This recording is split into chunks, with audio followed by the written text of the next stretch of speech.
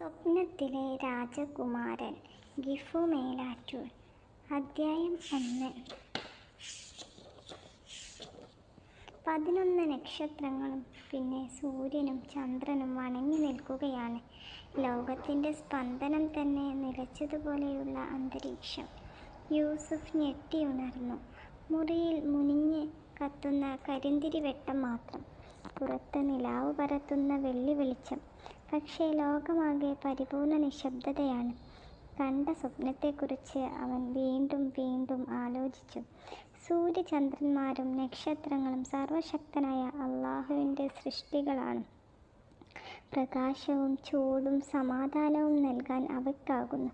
പിതാവ് പകർന്ന പാഠങ്ങളാണ്. കേവലം മനുഷ്യന് അവ എങ്ങനെയാണ് സാഷ്ടാംഗം ചെയ്യുക?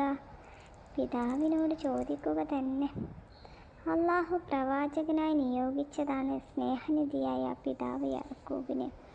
സത്യമാർഗമറിയാത്തവർക്ക് വെളിച്ചം പകരാൻ അദ്ദേഹം രാപ്പകൽ അധ്വാനിക്കുന്നു. മനുഷ്യൻ ചെയ്യുന്ന കർമ്മങ്ങൾക്കനുസരിച്ച് സ്വർഗവും നരകവും പാരിതോഷികമായി സർവശക്തൻ നൽകുമെന്ന് താനും കേട്ടതാണ്.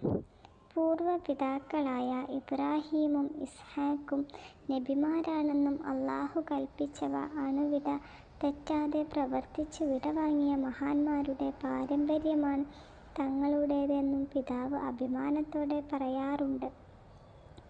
സർവശക്തനെ ധ്യാനിച്ചുകൊണ്ട് യൂസുഫ് പിന്നെയും ഉറക്കമായി. അതിരാവിലെ തന്നെ താൻ കണ്ട സ്വപ്നത്തെക്കുറിച്ച് പിതാവിനോട് ചോദിച്ചു. മകൻ്റെ സംസാരം കേട്ട പിതാവ് ആദ്യം അമ്പരന്നു.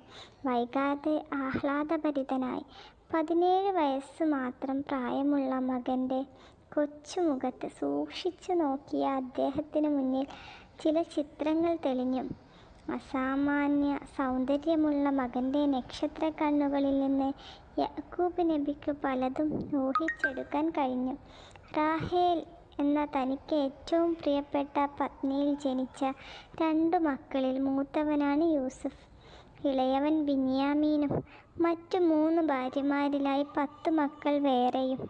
യൂസുഫും ബിന്യാമീനും പിതാവിൻ്റെ വലിയ സന്തോഷങ്ങളാണ്. സുശീലനും സുമുഖനും സുന്ദരനും അസാമാന്യ ബുദ്ധിമാനും സത്യസന്ധനുമാണ് യൂസുഫ്. അവൻ്റെ കൂടെ സമയമേറെ ചിലവഴിക്കാൻ എന്തെന്നില്ലാത്ത ആഗ്രഹമാണ് അദ്ദേഹത്തിന്. ഭാര്യ റാഹേൽ അള്ളാഹുവിലേക്ക് മടങ്ങിയതിലെ ദുഃഖം ശമിക്കാൻ വേറെ എന്താണ് വഴി? ആരു കണ്ടാലും ഹിമ വെട്ടാതെ നോക്കി നിന്നു പോകുന്ന മകൻ്റെ വെട്ടിത്തിളങ്ങുന്ന സൗന്ദര്യം പിതാവിനെ ആശങ്കയിലാഴ്ത്തി. മക്കൾ തന്നെയാണ് കാരണം. യൂസുഫിനെയും ബിന്യാമീനെയും കൂടുതൽ ലാളിക്കുന്നത് അവർക്ക് പിടിക്കാറില്ല. ആടുമേയ്ക്കാൻ 10 പേരും പുറത്തു പോകും. കൊച്ചുമക്കൾ പിതാവിൻ്റെ കൂടെ വീട്ടിൽ തന്നെ. കൺവെട്ടത്തു നിന്ന് അകലുക പോലും വേണ്ടെന്ന് തീരുമാനിച്ചു. അപകടങ്ങൾ യൂസുഫിനെ തേടി വരിക മക്കളിലൂടെയാകുമെന്ന് പ്രവാചകനായ അദ്ദേഹത്തിന് അറിയാമായിരുന്നു. കണ്ണിലെ കൃഷ്ണമണി പോലെ കരുതിപ്പോരുന്ന യൂസുഫ് തലേ രാത്രി കണ്ട സ്വപ്നത്തിലാണ് ചിന്ത മുഴുവൻ. മകനെ മാറോട് ചേർത്ത് പൂമുഖത്ത് ഉമ്മ വെച്ച് ആശങ്കയോടെ ചോദിച്ചു. പൊന്നുമോൻ സ്വപ്നവിവരം മറ്റാരോടെങ്കിലും പറഞ്ഞിട്ടുണ്ടോ? ഇല്ലല്ലോ. ഇതറിയുന്ന രണ്ടാമതൊരാൾ അങ്ങു തന്നെയാണ്. അൽഹംദുലില്ലാഹ് റബ്ബേ, നീയാണ് തുണ. യാക്കൂബ് നബി ആശ്വാസത്തോടെ അരുളി. ഇനി ആരോടും പറഞ്ഞു പോകരുത് കേട്ടോ. നിന്റെ സഹോദരങ്ങൾ അറിഞ്ഞാൽ പല ഭവിഷ്യത്തുകളും ഉണ്ടാകും. തീർച്ചയാണ് സർവശക്തനായ അള്ളാഹുവിനെ നിന്നോടുള്ള പ്രിയമാണ് സ്വപ്നത്തിലൂടെ വെളിവായത്. യാക്കൂബ് നബി ചില കാര്യങ്ങൾ മകനെ പറഞ്ഞു മനസ്സിലാക്കി. എല്ലാം കേട്ടുകഴിഞ്ഞപ്പോൾ യൂസുഫിന് അതിശയമായി. തനിക്ക് എന്തുമാത്രം മഹത്വമാണ് പിതാവ് കൽപ്പിക്കുന്നത്. എന്താണിതിനു കാരണം?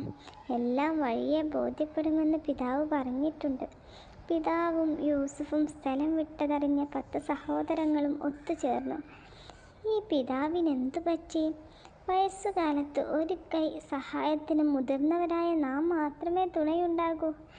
യൂസുഫിനെയും ബിന്യാമീനെയുമാണ് എന്നും അദ്ദേഹത്തിന് പ്രിയം. കൂടുതലും യൂസുഫിനെ തന്നെ. മൂത്തവൻ്റെ അഭിപ്രായത്തോട് മറ്റുള്ളവരും യോജിച്ചു. യൂസുഫ് തന്നെയാണ് കാരണക്കാരൻ. അവനെ ഇല്ലാതാക്കിയാൽ പിതാവിന് നമ്മോട് തന്നെയാകും പ്രിയം. അതിനുള്ള വഴിയാണ് നമ്മൾ ആലോചിക്കേണ്ടത്. രണ്ടാമനാണത് പറഞ്ഞത്. ഇല്ലാതാക്കുകയെന്ന് വെച്ചാൽ? ഒരാൾ ഉത്കണ്ഠയോടെ ചോദിച്ചു. യൂസുഫിനെ വകവരുത്തുക തന്നെ, അല്ലെങ്കിൽ അവനെ എങ്ങനെയെങ്കിലും പിതാവിൽ നിന്ന് അകറ്റണം. രണ്ടാമൻ്റെ വിശദീകരണം മറ്റുള്ളവരും ശരിവെച്ചു. ഇതൊക്കെ അള്ളാഹുവിൻ്റെ അടുത്ത് വൻ പാപമായി എണ്ണപ്പെടില്ലേ? ഇളയവൻ സംശയം പ്രകടിപ്പിച്ചു. പാപമായിരിക്കും. തൽക്കാലം നമുക്ക് യൂസുഫിനെ വേണ്ടത് ചെയ്യാം, എന്നിട്ട് പ്രായശ്ചിത്തമാവാം. നമ്മുടെ നിലനിൽപ്പിൻ്റെ കാര്യമല്ലേ. ഏതായാലും നമ്മുടെ അനുജനല്ലേ, അവനെ വകവരുത്തണ്ട. അവനെ പിതാവിൽ നിന്ന് അകറ്റുന്നതാകും ശരി. അതിനു വേണ്ടിയാണ് നമ്മൾ കരുക്കൾ നീക്കേണ്ടത്. 10 പേരും ഓരോരോ തന്ത്രങ്ങൾ പരസ്പരം ചർച്ച ചെയ്തു. കൂട്ടത്തിലൊന്ന് തീരുമാനമായി. കാര്യം നടപ്പിലാകുന്നതിനെക്കുറിച്ചായി പിന്നീട് ചർച്ച. അടുത്ത ലക്കം വീണ്ടും തുടരും.